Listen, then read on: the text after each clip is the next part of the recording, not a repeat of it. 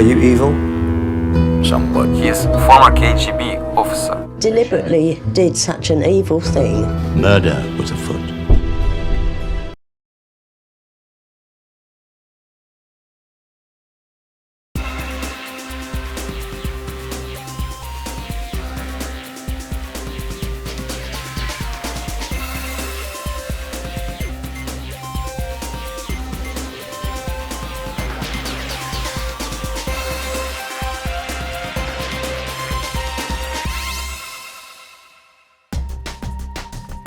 Conmen, the most devious of all criminals. Charming, cool and calculating, they betray trust and devastate lives, yet remain a complete enigma. We are about to explore the mysterious world of these master criminals, giving an unprecedented insight into the workings of the complex minds of some of the world's most cunning con men and women. We will reveal the detail and the intricacies of their elaborate crimes and uncover how they were dramatically brought to justice. In this show, the story of Michael Hammond, a con man for the fame-obsessed millennium, who lied, cheated, defrauded and terrorized celebrities, royals and anyone unfortunate enough to cross his path in order to make money and feed his unquenchable desire for power, fame and notoriety. I would describe Michael Hammond as your narcissistic con man. Hammond was one of the biggest liars that I have encountered in 25 years of criminal law. This is somebody who's not necessarily conning for profit. He's got a much deeper need. With a callous disregard for the lives he damaged and put at risk, Michael Hammond is a man who lived a double life and seemingly would do anything to feel important and powerful. I described him as being wicked and evil. He's driven by his own ego. I've seen him twist people's heads completely. Michael Edward Hammond was born in East Sussex in December 1968. An only child born into a working-class family, his upbringing was unspectacular. He was a decorator's son from Bexhill-on-Sea. There were early instances of sort of juvenile shoplifting and so on. Hammond's criminal behaviour was relentless in his youth. It saw him expelled from school and, aged 18, Hammond first experimented with the persona that would become his addiction and ultimate downfall: impersonating a police officer. In 1987, Hammond called the police claiming to be a CID officer in order to obtain an ex-directory telephone number. His lies were exposed and he was arrested, fined and given community service. A month later, Hammond was in court again, facing 74 charges to his name, with a further 30 offences taken into consideration. The obscene number of charges included fraud and theft, but even a custodial sentence was not a wake-up call for Hammond. When released in 1989, his criminal career continued to disturbingly flourish when he forged documents to illegally obtain a Porsche. His early scams is he managed to get hold of a Porsche, and he did this by swiping a sheet of paper with a letterhead on it from someone's office. Hammond used the headed paper to forge a document saying he was a director and trustee of a company. Using the fake name, the letter was used to open a bank account with a £10,000 overdraft. And with that overdraft, he bought his Porsche. It's amazing what you can get away with, basically, with a fake heading on a piece of paper. Michael Edward Hammond had graduated from his illicit youth and was now a fully fledged criminal. But his relentless and contemptible behaviour was married to a bizarre personal aspiration to appear important and of a high social standing, even though he had an unquenchable and immoral compulsion to break the law.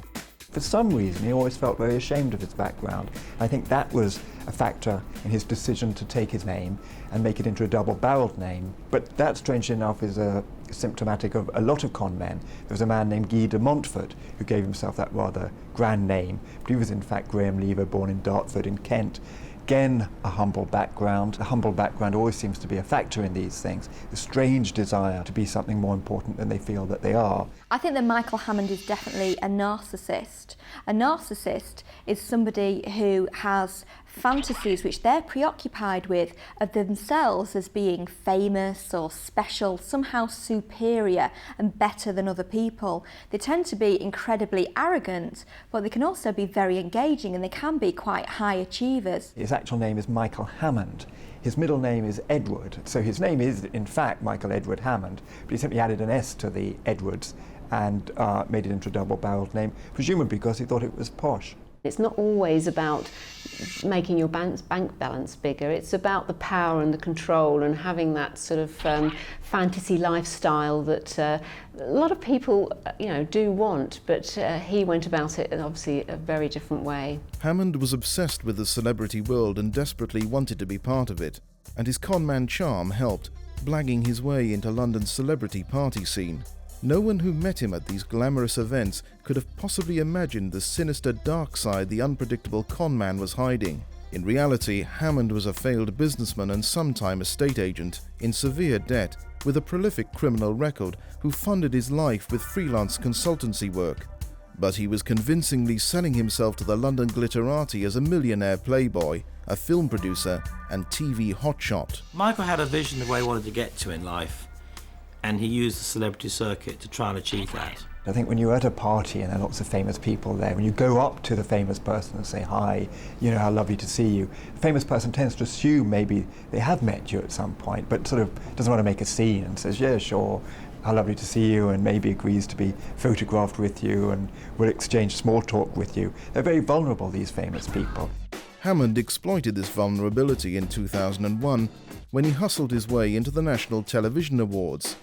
Hammond targeted Coronation Street newcomer Scott Wright, whose star was on the ascent, and had no idea he was dealing with an accomplished criminal and conman. I was nominated for an award for the most popular newcomer, and I was wandering around feeling a bit kind of starstruck by the whole thing. And out of the crowd, this guy came up and went, "Scotty!" And I went, "Right." And he went, "I've not seen you for ages, mate, not seen you since we did that thing on Sky." And I went, "Right." And I'm very polite, me anyway, so I just shook his hand and I said hello. "Can I get you a drink?" I said, "Yes." We got a drink and he had some girls with him, which was all good. And then he had a Range Rover waiting outside with a driver in it, which was also quite impressive. And I thought, well, you know what? I might as well go with him and the chicks. And and we did that, and so that's basically how I met him. And you know what? Obviously now, knowing what I know, he'd never met me before in his life. He'd probably just seen me up on the screen when I got my nomination. Someone's being very friendly to you, they seem to know you. You're a bit concerned that you actually might have met them before, just don't remember, and you don't want to be rude. And by that means, he can actually gain your trust very quickly and manipulate people. Despite his double life balancing criminality with celebrity, Michael Edwards Hammond was on a one-man mission to move in the same circles as the world's most famous faces. He would somehow be able to get us into absolutely every party, into the VIP bits in these inner sanctums of nightclubs, talking to all these people, to meet Britney Spears and to meet Tom Cruise and everything. And I don't know how he did it, just the gab, just the gift of the gab probably. Hammond seems to be the sort of chap who's obviously very articulate, very friendly, very easy to get on with, obviously has the gift of the gab, is able to sort of engage in conversation with anybody, whereas some of us would meet perhaps a personality and be a little bit reticent about talking to them and engaging them in conversation. He doesn't seem to have any qualms about that. I mean, he was actually photographed with Elton John, although I did speak to David Furnish about this subsequently, and Elton John had no recollection of ever having met this man. One of my favourite A-list stars that I got to meet at these premieres was Tom Hanks, and he seemed like he is a very nice guy, and he came up to me and he went, "Like your shirt," and I went, "Like your career, do you want to swap?" And he found that really funny. But I guess I probably wouldn't have got so close to someone like that to talk to if it wasn't for him blagging everything. And I think the fact that he was able to shake hands and rub shoulders with Tom Hanks, Robin Williams, Steven Spielberg, Hugh Hefner, the head of the biggest talent agency in Hollywood, demonstrated that Michael had a way of convincing people he was telling the truth legitimate. And He had a very good skill at that. And of course, if you mingle in those circles, you probably do actually get to meet people, so it's even hard to separate fact from fantasy. And I think we can be pretty sure that in his own mind, there was no separation. He probably lived in a complete fantasy world and was completely unable to distinguish between them. Coming up, Hammond's insatiable appetite for notoriety escalates to new heights, exchanging Hollywood royalty for the British monarchy. We're going to go on a polo field with Prince Charles and his sons. Michael Hammond is a con man for the millennium. His aim was not simply the typical hunt for money, but a hunger for fame and attention. We are in a period where celebrity is all important. You are nobody unless you are in the papers. He is obsessed with that celebrity culture. He just wants that instant fix. This creation of Michael Hammond's was all about making himself feel important, and being a celebrity these days is the way to be important. Michael Hammond was playing the fame game, and in true con man style, cheating.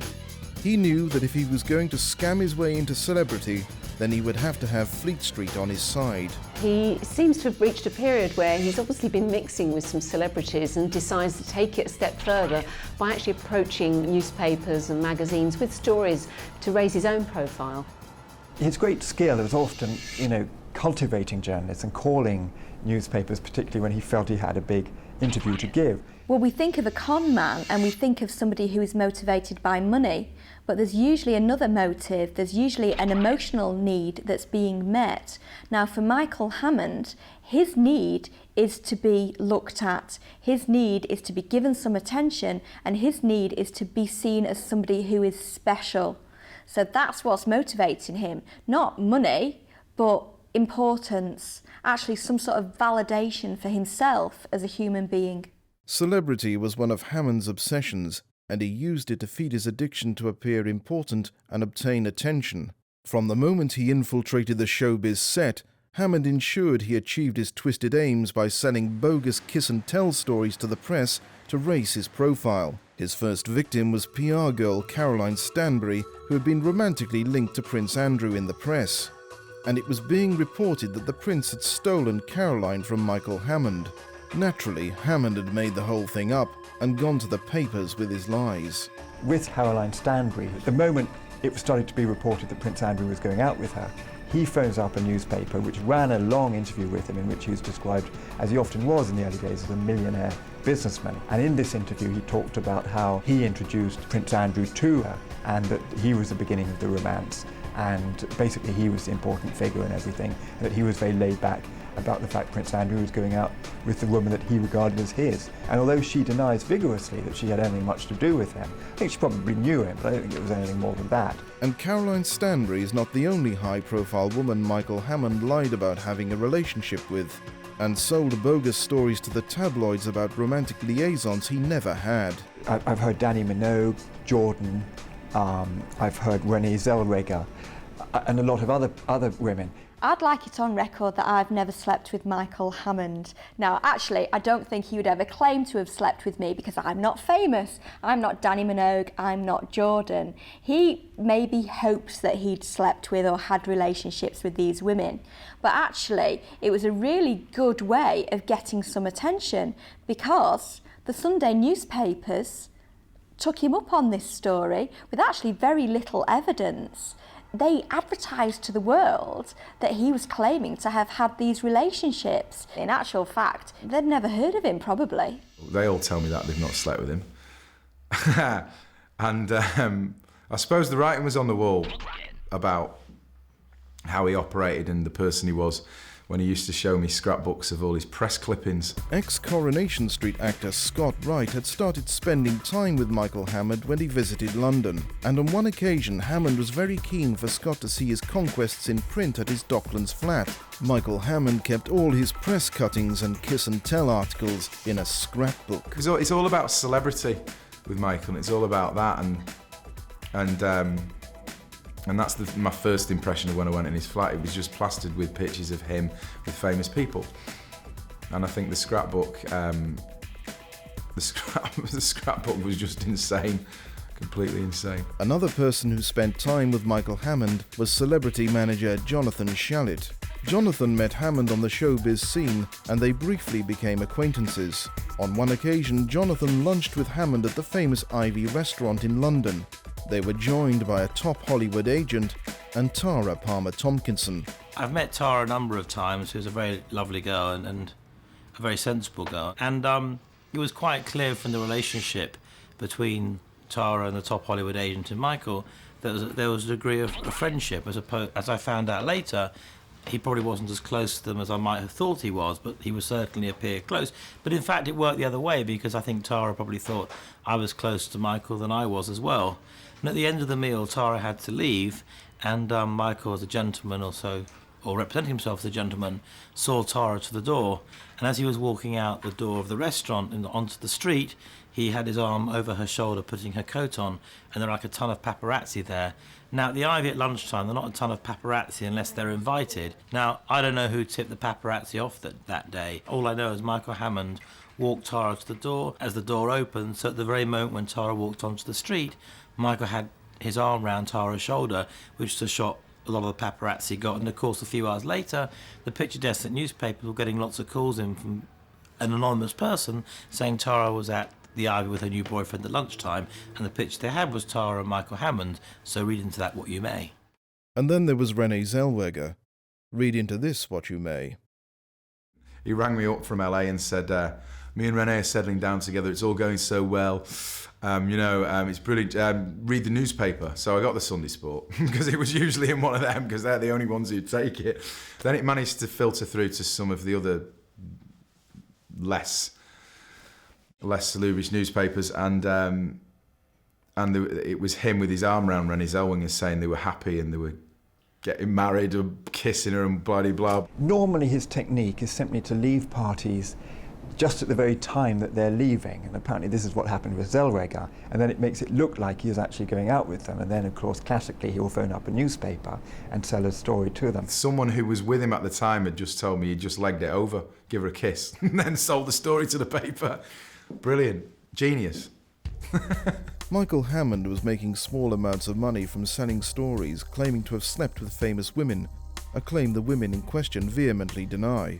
Hammond's lies and stories may have fooled the celebrity circuit completely, but as Scott Wright spent more time with Hammond, the facade of the fun-loving party guy slipped, and he witnessed the con man's darker side firsthand. Obviously, I didn't really ever get to know him, because he was telling so many white lies or whatever. But there was a time when a taxi driver pulled out in front of him. He was in this Range Rover, and he pulled up. He flew out of the car, smacked his fist on the windscreen, told him he was going to rip his head off. The taxi driver shut all the doors and then get back in the car and nearly drove the Range Rover over the cab. He never showed a side of aggression towards me. I know he did it to one of our mates once. One of my mates had said something to him and he phoned him up and threatened him. And he's not a big guy, Michael, but he never did anything to me. The disturbing incidents Scott Wright witnessed were only a hint of the violence and cruelty Hammond was capable of. In 1998, Hammond impersonated a police officer for a second known time. He shockingly pretended to be a special branch police officer and attempted to con a lorry driver out of money when they had a road accident. He was sentenced to 6 months in prison. It would not be the last time he adopted the persona of a policeman. It was to become his obsession. However, when released, Hammond's criminal behaviour was his basest yet. He was arrested for ABH after attacking a woman over a parking space. It's very easy to see Hammond as some sort of frivolous clown who sort of wanders into celebrity parties, doesn't seem to be doing anybody any harm, bit of a Jack the Lad, and you can always sit back and actually laugh at these celebrities who've been perhaps duped or taken in by him. But there certainly seems to be a sort of dark side to him. He does have a temper, and he's not afraid of lashing out in a very severe way. Narcissists do tend to just fly off into uncontrollable rages, and I think that the car park incident is quite revealing to me. Here was a case where Hammond was simply asked to move his car, but to him, that was probably a great affront. Don't you know who I am? How dare you suggest that you're more important than me and that I should move my car for you?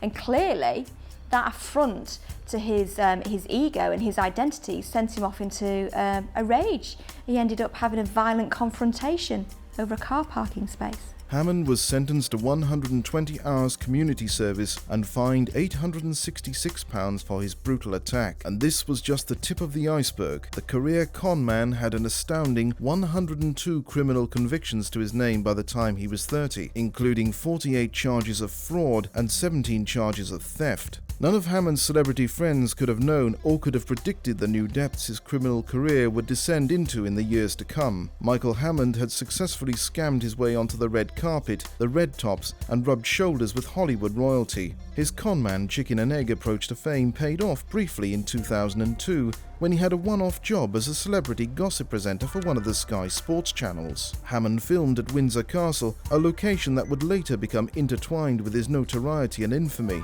Hammond managed to keep his 102 criminal convictions clandestine, and those in Hammond's circle were further convinced of his legitimacy when he conned them into the company of the royal family.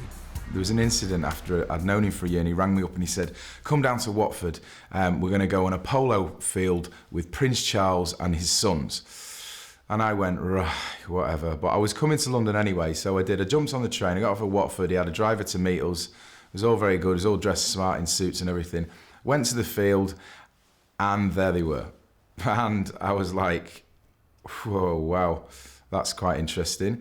And so I got introduced to Prince Charles, and he acted like he knew Prince Charles, like they were best mates. I didn't detect that Prince Charles knew him. But the most interesting part was when he said, let's go and say hello to my mate Wills.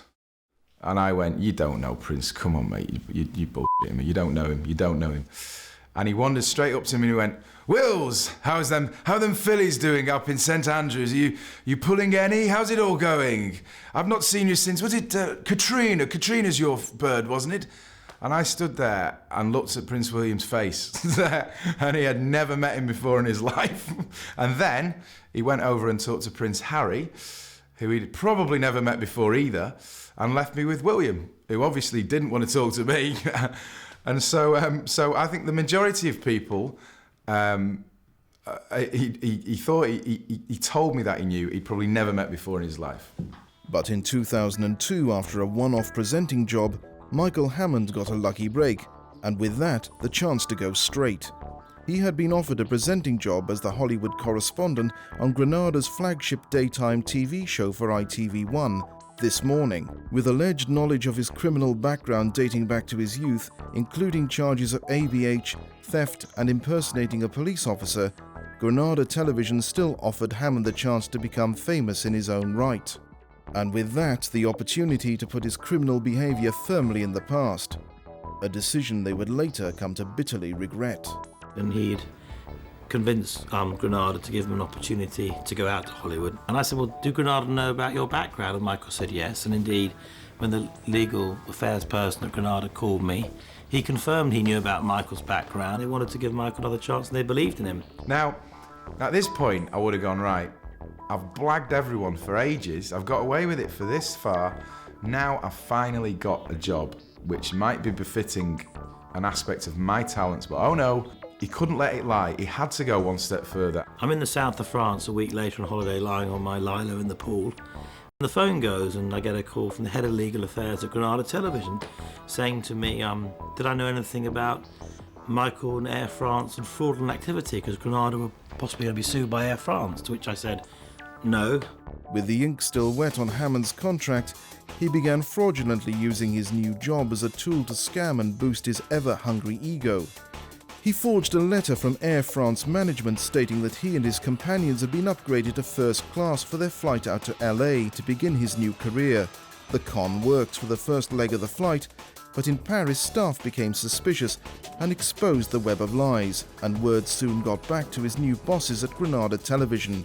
Hammond's need to scam had ruined his career before it had even got off the ground.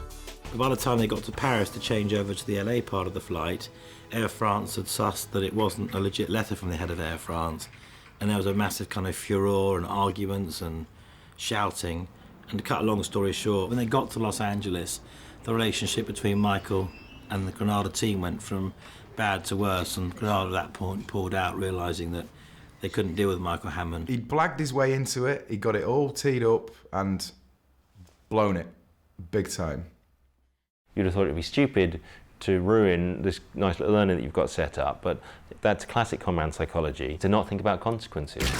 Coming up, Hammond feeds his obsession with the royal family and turns his attention to terrorism. Hammond was phoning the police, having quite innocent people investigated and arrested for terrorism. Michael Hammond is a con man, hungry for fame, power and attention. He is a genuine fantasist. He genuinely believes, while he's playing these parts, that they're true. The stupidity of Michael Hammond was that he actually has caused his own downfall by an inability to know what right or wrong was. You do have to wonder though, if he'd just been a little bit more tempered, if his ego hadn't have been so hungry and needed feeding so constantly, just what he could have gone on to achieve.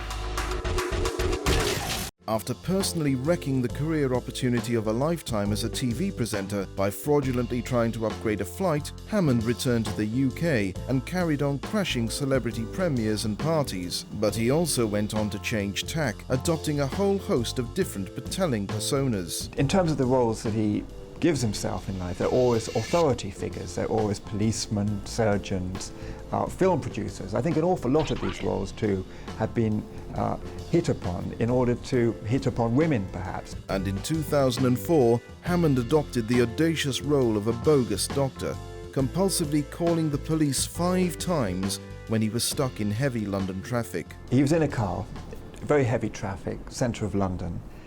Normal people would just sit there and bear it, but of course being him, he had to do something dramatic. I don't know whether he had a glamorous girl in the car with him that he wanted to impress, but what does he do? He phones up the police, says he is a surgeon on the way to perform a major life-saving operation for a young girl suffering from a terrible illness. On this particular occasion, the police facilitated his passage through traffic from, I think it was Bywood Street in East London to St Thomas's Hospital. This was just purely so he could travel through London and have other people look at him, with the lights blaring and the sirens going, and think, he must be a really important character. You don't get much more power mad than that. And in fact, he tries this on several occasions, and he even has the audacity the next day to ring up and thank them for their help. Using figures like doctors, surgeons, police officers and pretending to be them is quite traditional ground for a con man. They like being figures of authority, someone who is respected in the community. This is oxygen to this person. He obviously needs this to feel that he's in any way, shape at all important or validated. You've got to feel a bit sorry for him. He's obviously a deeply, deeply inadequate and pathetic character. It wasn't just doctors Hammond impersonated. He strangely also adopted the personas of high-ranking police officials. I mean, what was unusual about him as a con man is that he actually seemed drawn to and fascinated by the police. I mean, most con men, obviously, by their very nature, keep away from the police, but he seemed to like getting in touch with them. I think a lot of his knowledge of the police came from his various dealings with police officers, and some of the names that he used were names of officers that had previously arrested him, so he would know who they were and where they were attached. And a lot of the terminology that he used would be similar to what one would hear on police dramas such as The Bill. Impersonating policemen was not a new weapon in Michael Hammond's con man artillery. The first record of him adopting the persona of a police officer can be traced back to 1987, followed by another astounding instance in 1999, for which he served 6 months in Wandsworth Prison. But between September 2003 and August 2004, Hammond's obsession with the police and pretending to be a police officer spiraled out of control, resulting in an astonishing 133 bogus calls to police constabularies around the UK. Mr. Hammond contacted the local police to where he was living and told them that there were men armed with shotguns trying to break into his home address. And of course the police have got to respond. You can't make a value judgment there and then and say, well, this obviously sounds a load of rubbish, we're not going to bother. You have to respond, that's what the police are there for. So the local police, in conjunction with armed support, went to his home address. They spoke to Mr. Hammond, who was partially intoxicated, and left the area. No offences being discovered. There's no financial gain, so it's very difficult for most of us to understand why someone would want to do that. But it is about power and manipulation and seeing yourself as being better than others and being able to control what they do, manipulate people. And clearly he got some sort of real kick out of doing that. You know, the way that other people would maybe watch the TV or play card games, his idea of a pastime would be to phone up the police, usually after he'd had a bit to drink, and say that maybe an armed assailant was in his home, and the police would then, again, dutifully they have to respond to these things, turn out with armed guards to try and save him. And I think what's happening is that he's becoming less inhibited, he's becoming less calculated in how he cons and how he manipulates. And actually what he's doing are just very crude behaviours, crude attempts to gain some sort of attention. Michael Hammond's twisted bid for attention was spiralling out of control. Despite still mixing with the showbiz set, he was consistently offending, including a police charge for drink driving on the 10th of February 2004, and just 10 days later he made his next bogus police call. Hammond was once again contacting the police pretending to be an officer, only this time he had upped the ante, creating a national security alert. He calls the police saying that 2 black men are acting suspiciously in Downing Street with firearms. He pretended to be an officer with Trident, the aspect of the police force that deals with black-on-black crime. And he said that he saw in McDonald's near number 10 Downing Street a group of black gentlemen who he believed were involved in crime. And those black lads were searched on the ground at gunpoint. One of them was taken into a police vehicle and searched. It was an enormously frightening experience for all of them, and of course they were completely and totally innocent. Obviously, it was an incredibly dangerous thing to do, and somebody could end up being shot by mistake. That's without the sort of time, effort put into it by the police, and the fact somebody else could have needed the services of those police officers at the same time, and it just weren't available because they were sorting out Hammond. And at that particular moment, when he's phoning the police, he wants to believe that he is somebody incredibly important. What's more important than somebody who is actually tipping off the police on an issue of national security? He's just engaged in his own fantasy life. He's just engaged in his own need to be somebody. Because who is Michael Hammond? Actually, he's nobody. The implication is that to truly revel in his fantasy life, Michael Hammond would have to see the results of his actions, just to confirm how important he is. 10 minutes after making his twisted call to the police, Hammond called a second time, claiming to be from Operation Trident, confirming the unit was at the scene. The case seems undeniable. Hammond was watching his warped fantasies unfold. He was certainly never found at the scene, though one would speculate that there's hardly much point in doing it if you're not going to observe it, but there was no evidence that he did. There is evidence cataloguing Hammond's compulsive police calls, proving they spanned the following 4 months. As bizarre and childish as his crimes seem, they were bolstered by the use of alcohol, drugs, and the need for attention and power, and his criminal acts were growing in numbers and on the verge of obsessive. But like in the past, Michael Hammond's need to be seen as somebody important and someone who moves in the highest of social circles set off a chain reaction of events that led to his inevitable downfall. Once again, Hammond's obsession with the royal family came to the fore, and he set his sights on infiltrating Windsor Castle by creating a web of lies and impersonating a police officer. On the 17th of May 2004, Mr. Hammond contacted the control room at Windsor Castle, identifying himself as a Detective Superintendent Simon Morgan. He said that he was in company with 2 celebrity friends of Prince Harry and Prince William.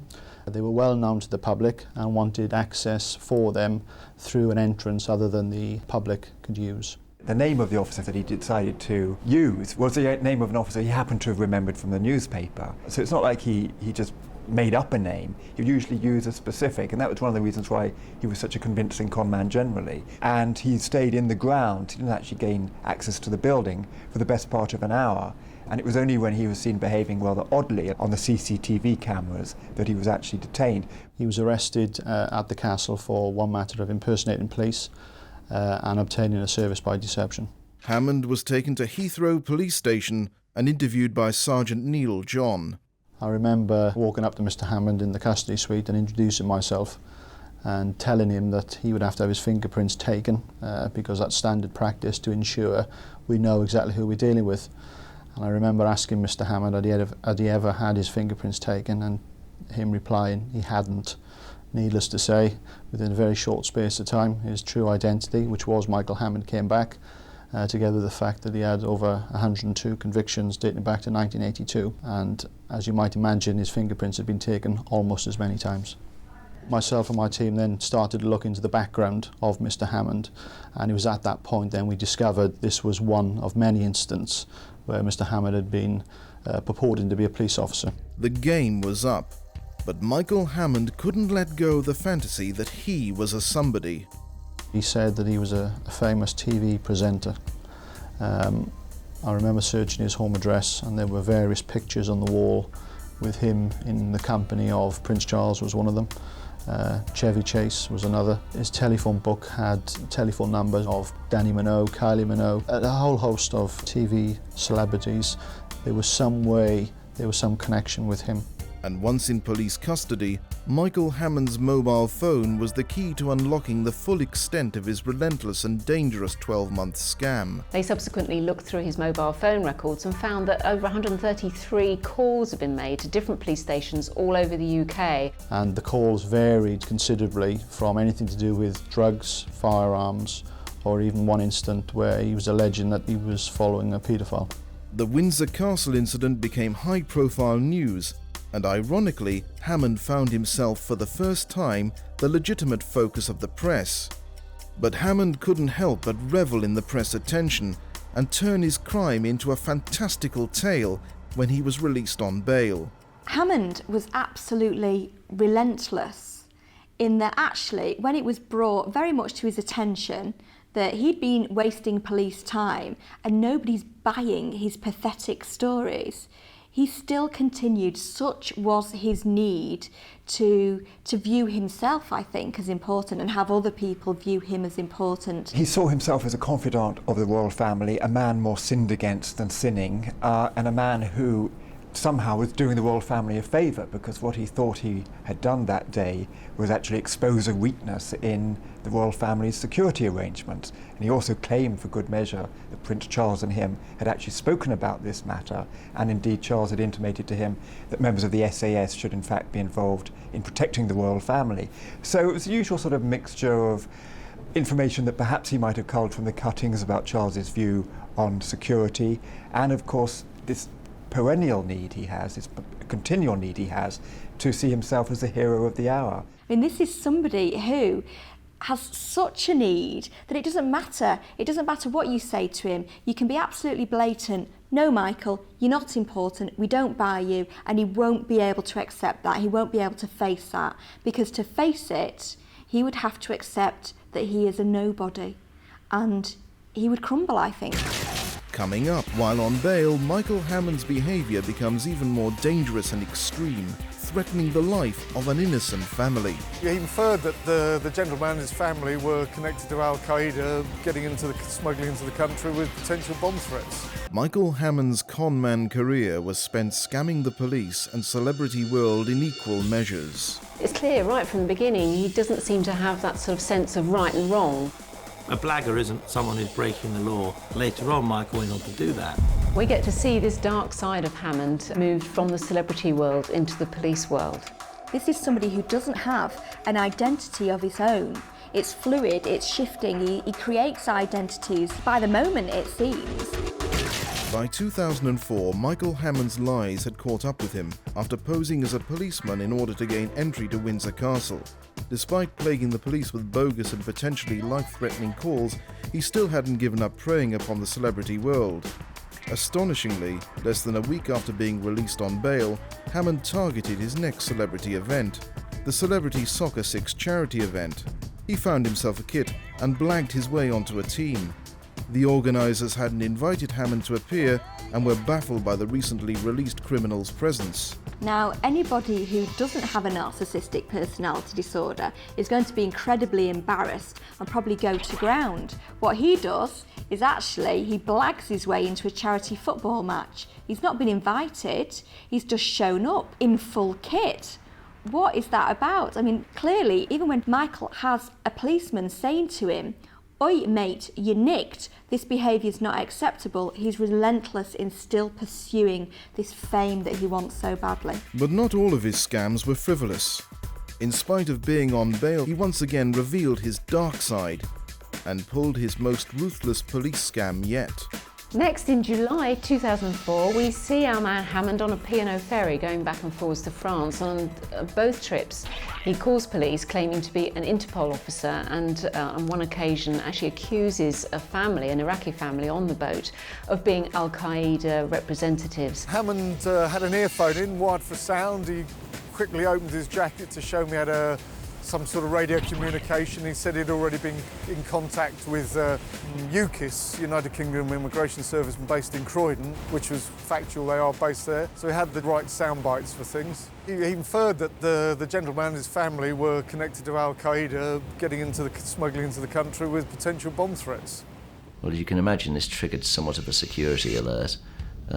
And the poor family, who, once again emphasised, perfectly innocent, were searched and detained, children very upset. So Hammond again is manipulating the truth, i.e. the environment, the fact that Al-Qaeda was something that was in the news at the time, and playing on the fears of the public and also the heightened awareness of the police in order to extremely distress that family. You could argue there was a slight racist element in some of these people that he tended to target and whose lives he tended to make, unpleasant for a period of time. So that was actually committed whilst he was on bail for the incursion into Windsor Castle. It wasn't long before the police realised that their supposed Interpol informant was serial scammer Hammond, who was on bail awaiting trial at the time for the Windsor Castle incident. And on the 4th of February 2005, Michael Hammond's date in court finally arrived to face the latest charges in an inexhaustible criminal career. The evidence against Mr. Hammond was, dare I say it, overwhelming in all the incidents that we investigated. In terms of the number of offences he's committed, 102 previous convictions were mentioned. And I suspect that was a tip of the iceberg, if I'm honest. And he probably did a lot of other stuff as well. But the fact he accepted that suggests that there were probably more. Hammond pleaded guilty to one charge of public nuisance and asked for an additional 16 charges relating to his bogus police calls to be taken into account. Despite the public revelation of Hammond's twisted fantasies, he seemed to revel in the attention. Hammond, in a strange way, I think rather enjoyed it. I think, he did finally find himself on a stage, with so many people looking at him. And I got the impression, he rather dressed up, his hair looked immaculate, he looked well groomed, he was rather enjoying it. I think the thing about him is ultimately he was really a frustrated actor, and there he was playing a part again.